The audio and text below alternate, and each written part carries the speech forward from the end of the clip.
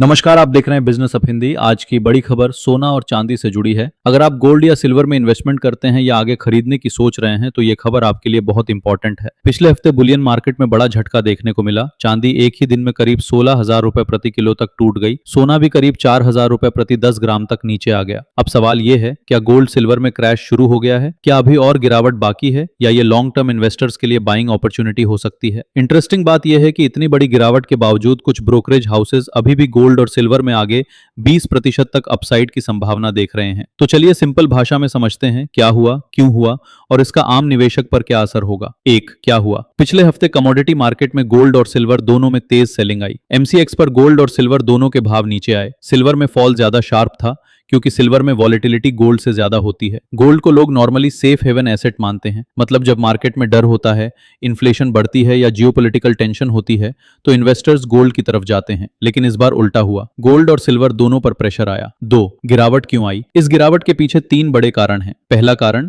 America का strong jobs data. America से jobs data उम्मीद से बेहतर आया। इससे मार्केट को लगा कि यूएस इकोनॉमी अभी स्ट्रांग है। अगर इकोनॉमी स्ट्रांग है तो फेडरल रिजर्व इंटरेस्ट रेट जल्दी कम नहीं करेगा और अगर इन्फ्लेशन फिर बढ़ी तो रेट्स लंबे समय तक ऊंचे रह सकते हैं। यही बात गोल्ड सिल्वर के लिए नेगेटिव बन गई। दूसरा कारण, डॉलर और बॉन्ड यील्ड मजबूत हुए। जब यूएस डेटा स्ट्रांग आता है तो डॉलर मजबूत होता है। डॉलर मजबूत होने पर गोल्ड पर प्रेशर आता है क्योंकि गोल्ड इंटरनेशनल मार्केट में डॉलर में ट्रेड होता है। साथ ही बॉन्ड यील्ड बढ़ने पर इन्वेस्टर्स को बॉन्ड्स में सेफ रिटर्न दिखता है। गोल्ड इंटरेस्ट नहीं देता, बॉन्ड इंटरेस्ट देता है। इसलिए बड़े इन्वेस्टर्स शॉर्ट टर्म में गोल्ड से पैसा निकालकर डॉलर और बॉन्ड्स की तरफ जा सकते हैं। तीसरा कारण, सिल्वर में ज्यादा वॉलेटिलिटी। सिल्वर सिर्फ इन्वेस्टमेंट एसेट नहीं है, सिल्वर एक इंडस्ट्रियल मेटल भी है। Solar energy, electric vehicles, electronics और मैन्युफैक्चरिंग में सिल्वर की डिमांड होती है। इसलिए सिल्वर में प्राइस मूवमेंट गोल्ड से ज्यादा तेज होता है। जब तेजी आती है तो सिल्वर तेजी से भागती है और जब गिरावट आती है तो सिल्वर ज्यादा तेजी से टूटती है। तीन, क्या ये क्रैश है या करेक्शन? अब बड़ा सवाल, क्या ये क्रैश है? अभी इसे कंप्लीट क्रैश कहना जल्दबाजी होगी। ये ज्यादा लाइकली एक शार्प करेक्शन दिख रहा है क्योंकि लॉन्ग टर्म पिक्चर अभी भी स्ट्रांग है। सेंट्रल बैंक्स गोल्ड खरीद रहे हैं। जियोपॉलिटिकल टेंशन अभी पूरी तरह खत्म नहीं हुई है। इन्फ्लेशन का रिस्क अभी भी है और बड़े इन्वेस्टर्स गोल्ड को पोर्टफोलियो सेफ्टी के लिए होल्ड कर रहे हैं। इसलिए शॉर्ट टर्म में प्रेशर हो सकता है लेकिन लॉन्ग टर्म स्टोरी अभी कमजोर नहीं हुई है। चार, गोल्ड और सिल्वर का आगे आउटलुक। शॉर्ट टर्म में गोल्ड सिल्वर में वॉलेटिलिटी रह सकती है। मार्केट अब 3 चीजें क्लोजली देखेगा, US economic data, dollar index और फेडरल रिजर्व की पॉलिसी। अगर डॉलर और मजबूत होता है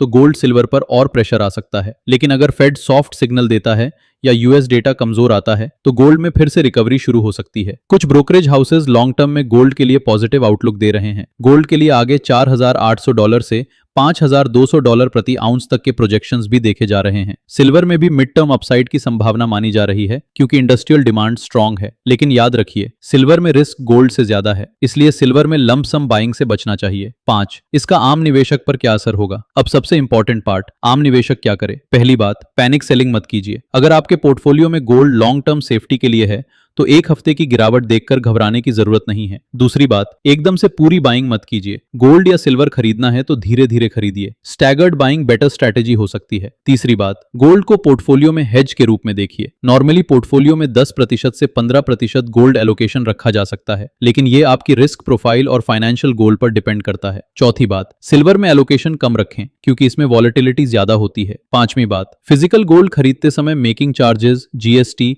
और रीसेल वैल्यू जरूर देखिए। इन्वेस्टमेंट पर्पस के लिए gold ETF, gold mutual fund या सॉवरेन गोल्ड बॉन्ड जैसे ऑप्शंस कंपेयर कर सकते हैं।